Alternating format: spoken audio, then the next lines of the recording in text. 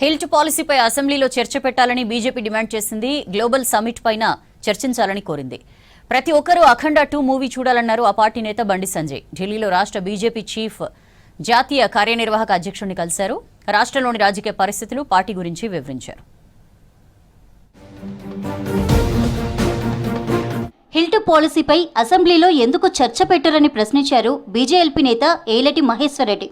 Global summit పైన అసెంబ్లీలో చర్చించాలని డిమాండ్ చేశారు.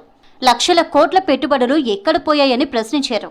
ప్రధాన ప్రతిపక్షం బీఆర్ఎస్ రాష్ట్ర ప్రభుత్వంతో మ్యాచ్ ఫిక్సింగ్ చేసుకుందని ఆరోపించారు ఏలటి. రేవంత్ రెడ్డి గారు పూర్తిగా కేసీఆర్ గారికి మిత్రుడిగా మారి మ్యాచ్ ఫిక్సింగ్ చేసుకొని కాళేశ్వరం నుంచి డైవర్ట్ చేయడానికో ఇతర ప్రజా సమస్యల నుంచి గతంలో చేసినటువంటి అనేకమైనటువంటి ఆరోపణల అంశంలో మీరిద్దరు కలిసి ఏదో ఒక రకంగా సమయం వృధా చేసి ఏ సమస్య ప్రజా సమస్య చర్చకు రాకుండా చేసే ప్రయత్నం చేస్తా ఉన్నారు. అఖండ 2 అద్భుతమైన సినిమా అన్నారు కేంద్ర హోంశాఖ సహాయ మంత్రి బండి సంజయ్ కుమార్. ప్రతి హిందువు, భారతీయులు తప్పక చూడాల్సిన మూవీ అఖండ 2 అన్నారు. ధర్మం దారి తప్పిన వాళ్లకు ఈ సినిమా ఒక గుణపాఠమని చెప్పారు.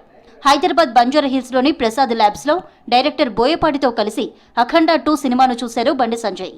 సనాతన ధర్మం యొక్క గొప్పతనాన్ని తెలుసుకోండి, హిందూ ధర్మం యొక్క గొప్పతనాన్ని తెలుసుకోండి.